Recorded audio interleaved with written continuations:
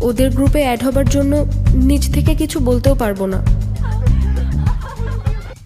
আজকের গোল হচ্ছে একটা ফ্রেন্ড খুঁজে বের করা, যার সাথে রেগুলার লাঞ্চ করতে পারবো। Come on মিনজে।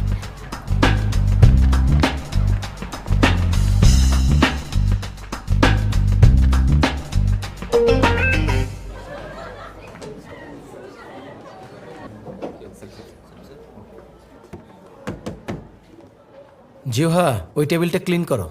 সিরিয়াসলি? এখন কি করব?